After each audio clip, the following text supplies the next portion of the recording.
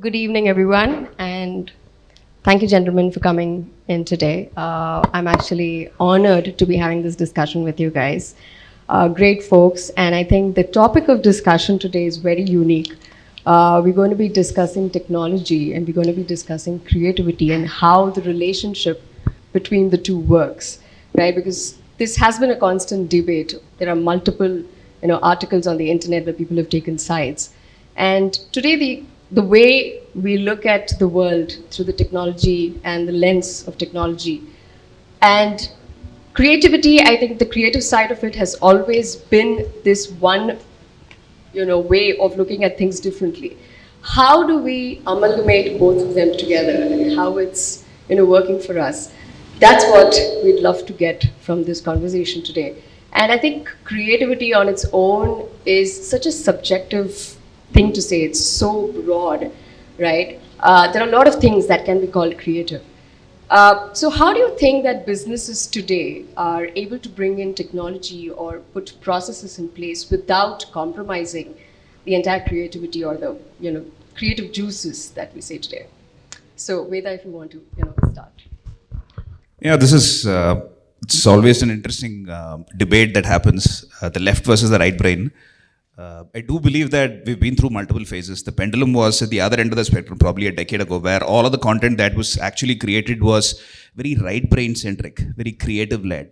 Then we over-indexed to the other end of the spectrum, where essentially marketing was being run by bean counters and number crunchers, and we over-indexed to the other end of the spectrum, where almost all of the content was seemingly content that was written for the bot, right? And it read essentially like something that was written by the SEO analyst and completely analytical, keyword research led. That was the other end of the spectrum. Today, I believe the pendulum has swung somewhere in between, and we are seeing a healthy marriage of both.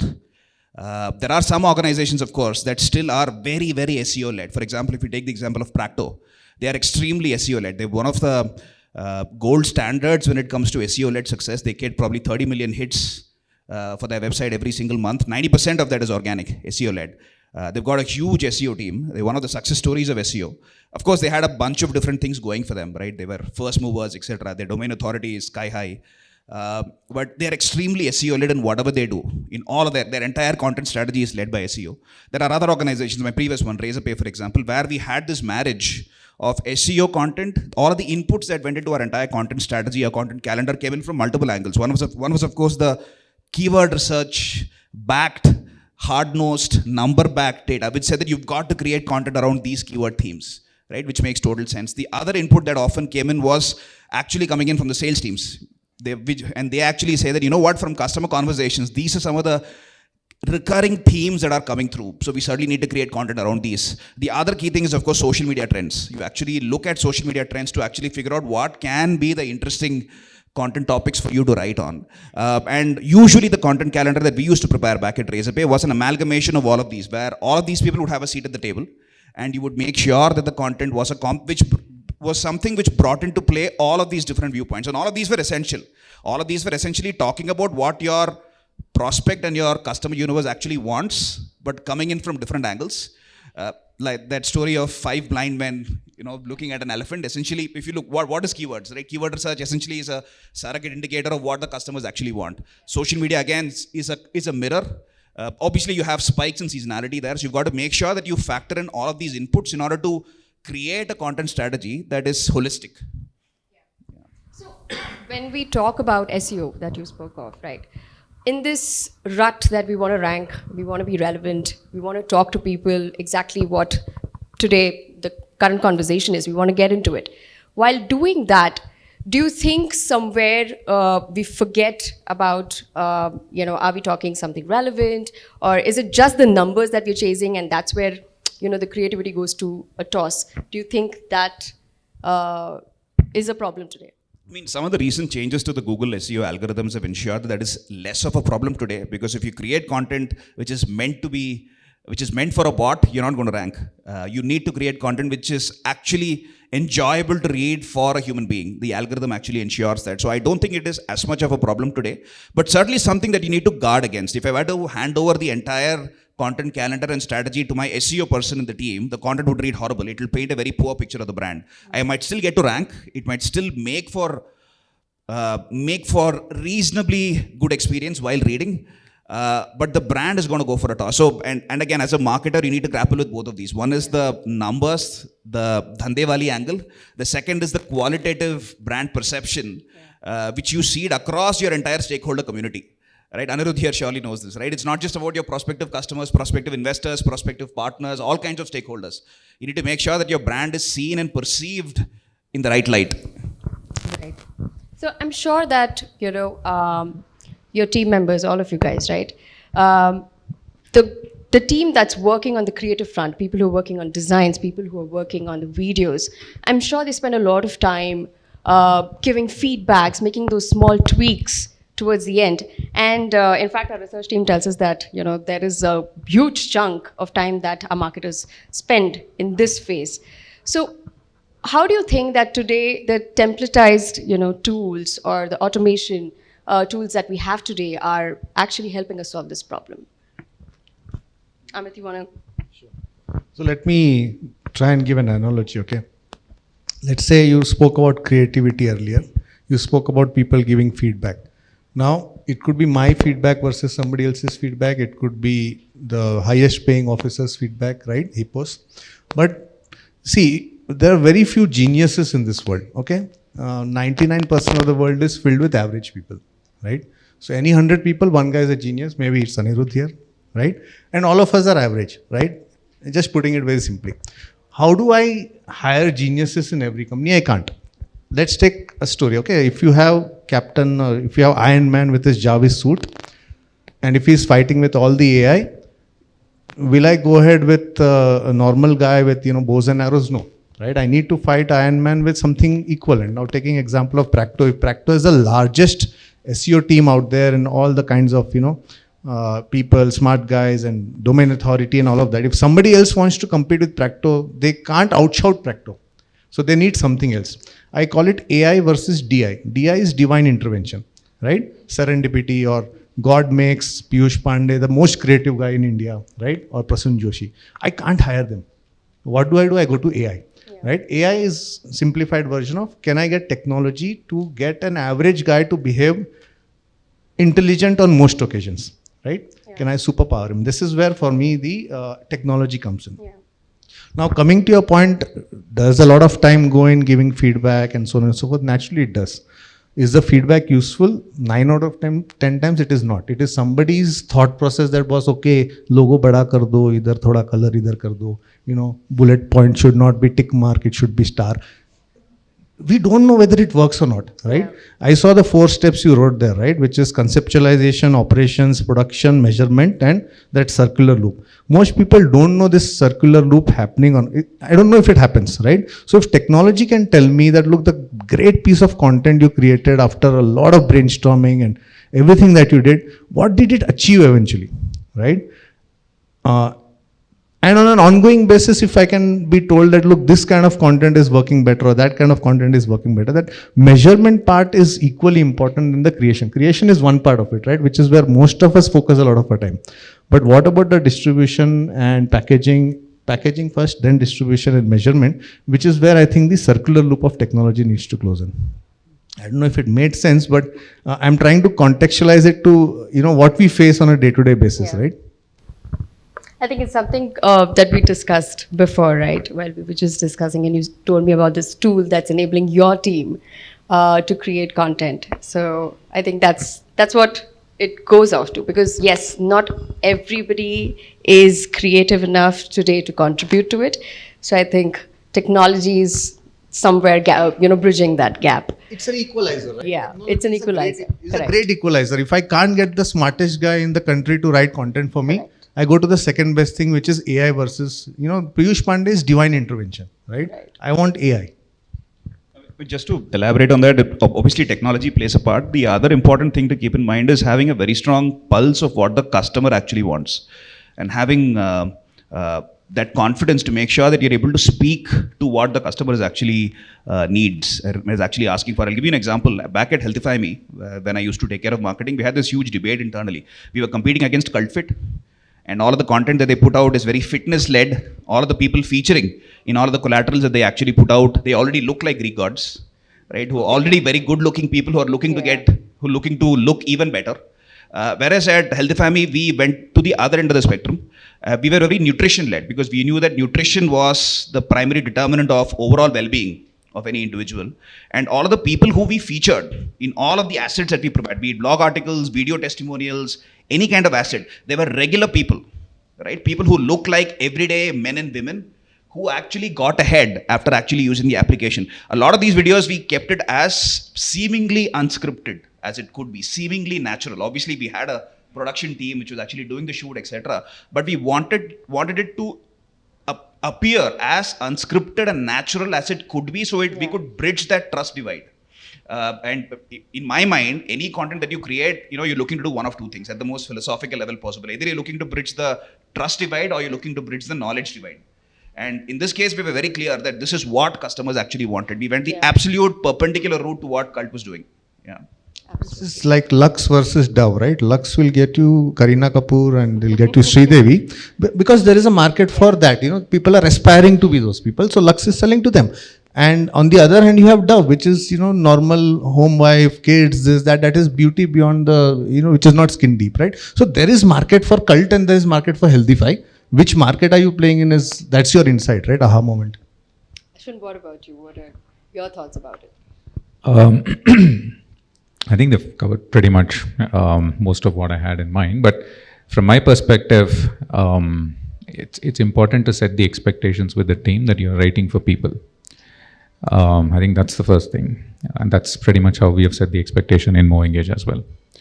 The second thing is to encourage the content, and as he rightly pointed out, it's not every day that you're going to get this bolt of creativity and you're going to come up with something awesome, right? It requires people talking to your target audience, right? You listen to those sales calls, you listen to those demo requests, you understand what people are talking about, and then you try and produce content. So just that rigor of trying to understand your market, I think actually helps you get better content. Yeah. I don't think there's a tool for to replace the subjective opinions and then the actual insights that you get when you actually talk to your target audience.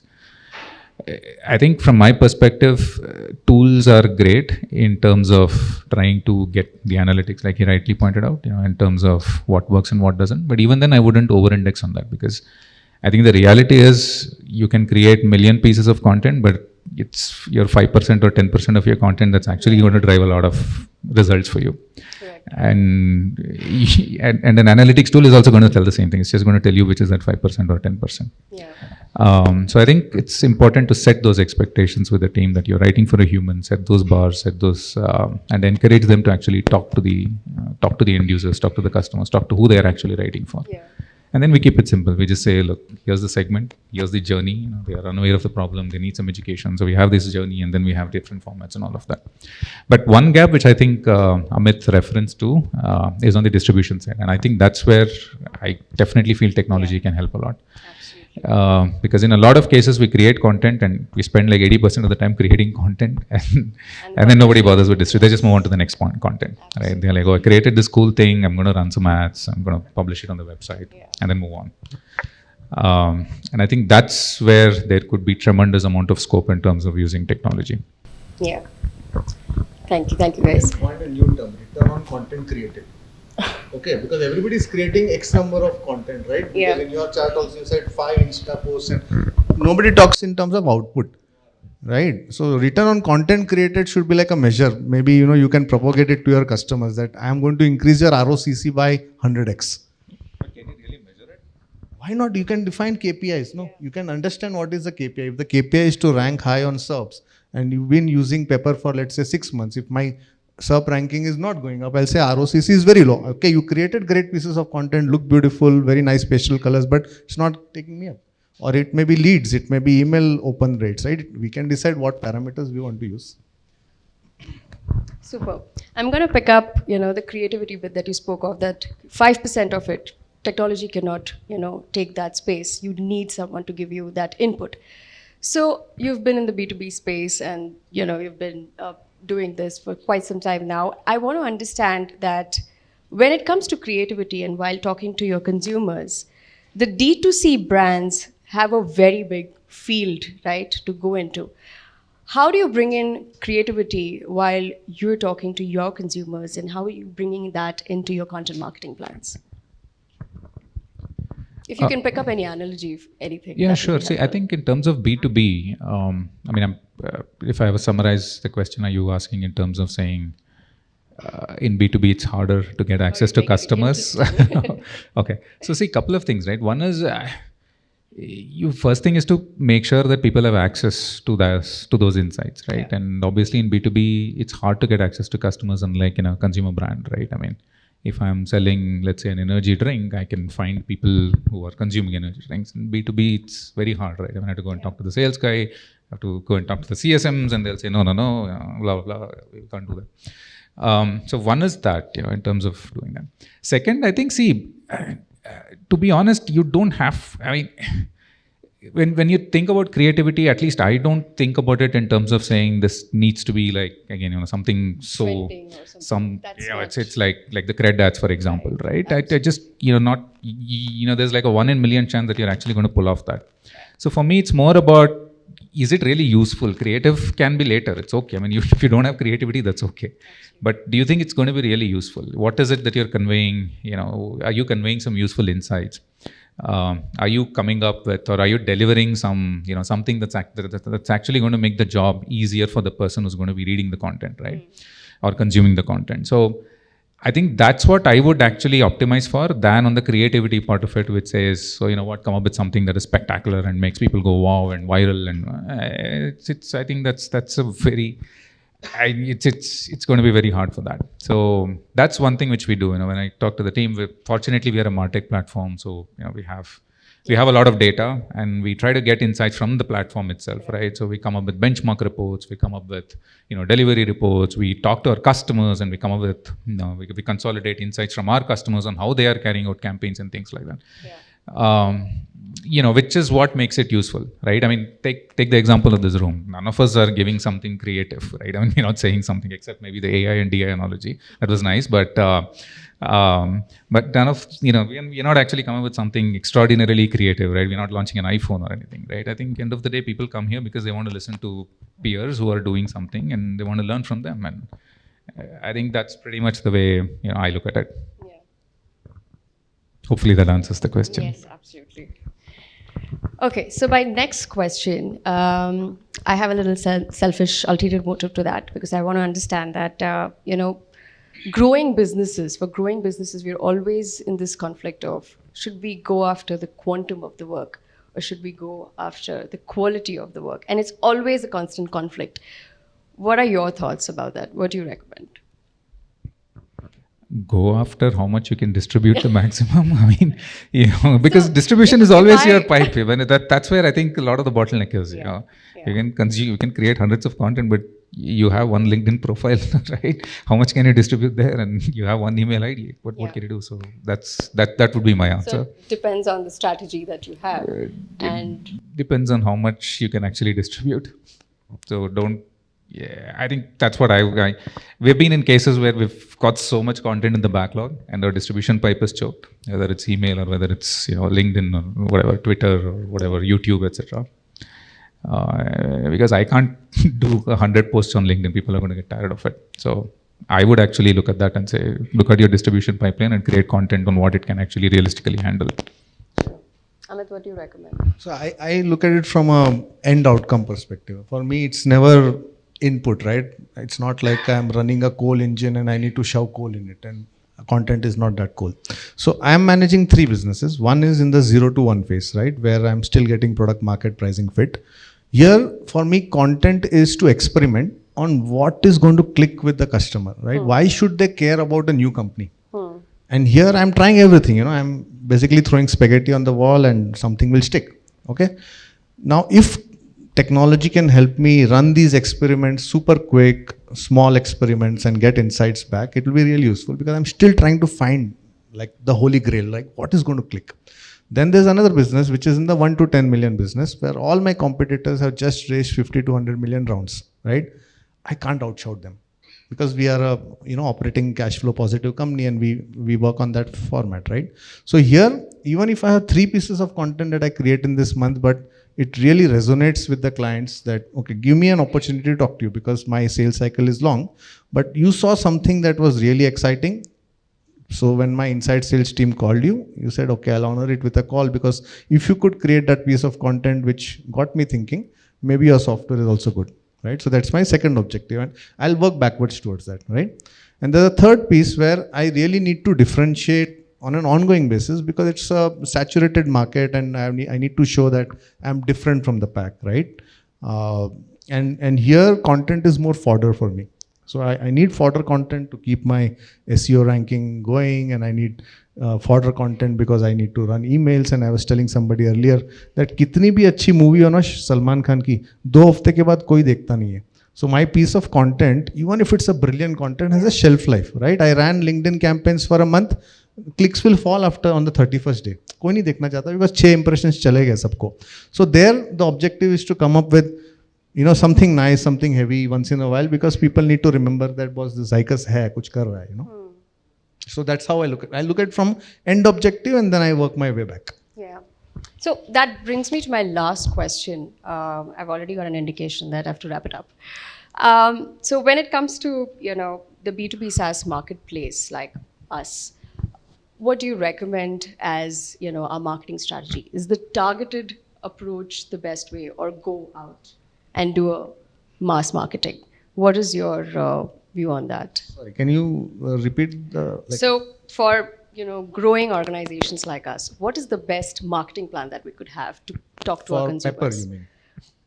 Pepper, No, yes. us, when you say us, I'm just trying to understand, because us yes, is us Pepper, also. yes. Okay.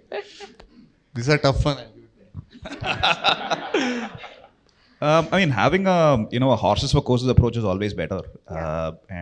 For example, again at Healthify Me, we used to do this really well, where we used one of Ashwin's competitors back in the day, and what and what we used to do was, we knew from historical data that somebody who was actually installing and using the app coming in from Mumbai, they had a greater chance of becoming a paying customer. It's a freemium app, Yeah. right? A free user coming in from Mumbai has a greater chance of conversion than somebody coming in from a Surat. Yeah. Somebody using an iPhone has a greater chance of converting than somebody using an Android device. Correct. Somebody potentially having some kind of a pre-existing lifestyle condition like a hypertension or a diabetes, they have a greater chance of conversion than somebody who doesn't. Yeah. Sometimes it becomes a self-fulfilling prophecy of sorts, but what we used to do was, we used to take these data inputs, and using these, we used to target these specific cohorts of users who are using B application within the app for in-app marketing interventions with different kinds of content approaches. So for the people where I knew my probability of conversion was lower, I used content which was more educational, less salesy. For people where I knew my probability of conversion, of success was higher, I used content pieces which are more salesy, less educational. I would tend to cut to the chase and offer content which was more salesy and direct. So that's a clear case of how you can actually customize and tailor your content depending on your customer persona. Yeah. Superb. You want to go? Then I can have the last word. You can summarize then. So I think, marketing strategy, I think it depends on multiple factors. I think first it depends on the product that you're trying to sell. Who are you trying to sell it to? Your customers and your audience. And it also depends on the maturity of the company, right? I think, one thing that I've realized is, irrespective of what company you are, especially in SaaS, as a company, you typically get 1 or 2 channels which you become really good at, and you optimize for that. I don't think there is a SaaS company, even Salesforce or a HubSpot or whatever, which is good at everything that they do. Or, I don't think there's a company which is good at SEO, which is good at paid search, which is good at event, which is good at product marketing. It's not going to work that way. Yeah. So I think first is try and find out, like, who are you selling it to, how are they buying your software, and what's really working for you, what does your product do, and then build whatever content strategy around it. For example, if you are an early stage startup and if cold calling is working for you, outbound SDR, then just write content which helps the outbound SDR become more efficient. Don't worry about SEO, don't worry about all of that, right? Like, just make them so damn efficient. Invest in product marketing, you give them sales enablement, you give them videos, because that's what's working for you. So I would look at that way and say, what are you trying to sell? Who are you trying it to sell to? How are they buying? Which category are you in? And what's working for you at this point in time? Yeah. And then build your strategy around it, whether it's content or digital or whatever that is. I actually like what you just said. Yeah. I'll paraphrase it a little differently, not just because I'm trying to summarize, but because I'm thinking about it a little differently. See, content is always a means to an end. Okay, content is the bullet in your whatever machine guns or whatever you're shooting at your customers, right? So I wouldn't say I am in the business of selling content or I am in a business of solving your content needs, because that's just a means in the end, right? I am solving a problem. I am solving a problem of being number one on organic, or I'm solving a problem of differentiating your brand because of the kind of content you're creating. So if I were to write, let's say, the B2B GTM strategy, at least for a certain niche segment, okay, you can decide, because at the end of the day, you also need to keep QT going, right? Produce results every quarter. So yes, you have to sell content also. But one piece I will say that, look, I'm going to partner with these 100 companies or 10 companies, 30 companies, and work with them to solve the problem which they're trying to solve through content, right? Yeah.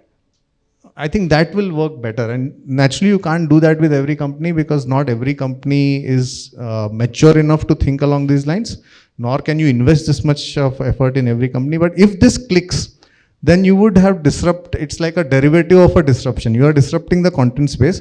You will create a derivative on it by solving for an end use using content, right? I don't know if I'm making sense, but I'm trying to make sense. Okay.